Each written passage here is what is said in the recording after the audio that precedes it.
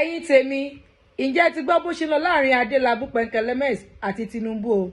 ṣàdédé la rí arákùnrin kan Ìṣọ̀lá lórí TikTok tó bọ́ síta o tó ní Adélabú Pẹ̀nkẹ́lẹ́mẹ́s kí ló wá dé tẹ́ fẹ́ wọ̀dí ara yín kí ló dé táwọn ènìyàn yín protest ní ìlú Ọ̀yọ́ wípé kí sẹ́yìn mọ̀ wípé kì í ṣe àwọn ará Ọ̀yọ́ lẹ̀ ń bá protest bí kò ṣe wípé Tinubu lẹ̀ ń bá jà ní ọdún 2023 tí ẹ̀ win ní primary ní accord oníṣẹ́yìn ti gbàgbé wípé President Bola Ahmed ló yàn yín as minister ipe ṣé ẹni tó bá yàn yín as minister yẹn lè á fẹ́ hùwà tí ò dá sí ẹni yẹn lè fẹ́ bọjú ẹ̀jẹ̀ wípé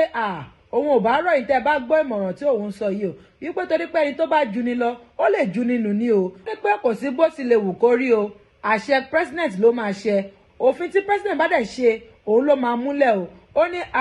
òun ò bá rọ̀ yín kẹ́ ẹ gbọ́ràn sí ohun tí president ń sọ fún yín o kẹ́ má bàa fi aṣọ péńpé roko ọba o wípé kẹ́ ẹ wo mínísítà tó jẹ lánàá wọ́n mà ti sẹ́ńtẹ̀sì ẹ̀ lọ sí 75 years imprisonment wípé tó bá tọ́nà wọ̀dí yín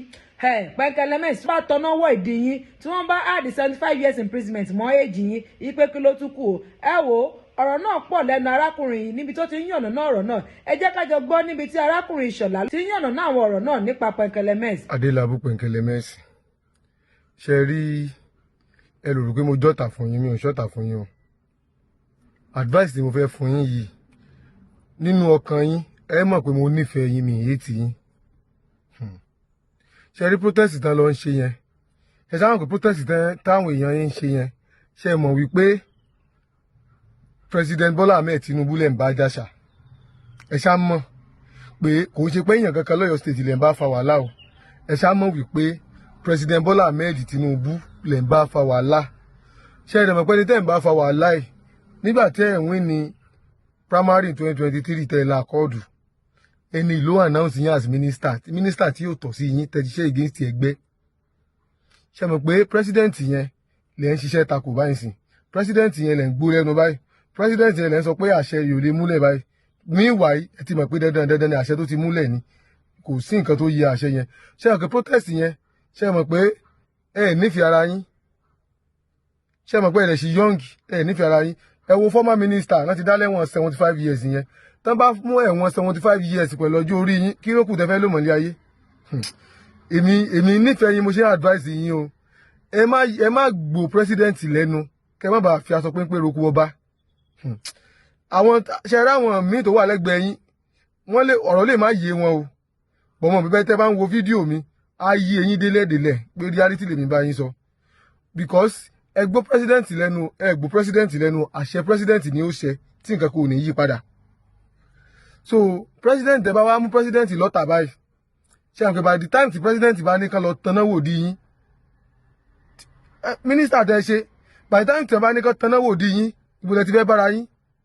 ṣe mọ̀ pé èèyàn kan tó ṣe kọjá náà ti fún lẹ́wọ̀n 75 years yẹn Adélabú ẹ má gbù president lẹ́nu nǹkan tẹ̀mí ní lọ́wọ́ ni mo yá yín yìí ṣe rí gbogbo àwọn abánidá mọ́ ṣe kinní kan bàdánà bá ṣílẹ̀kùn ẹ̀wọ̀n fún yín wọn ò ní rọ́ tẹ̀lé yín wọnú ẹ̀wọ̀n o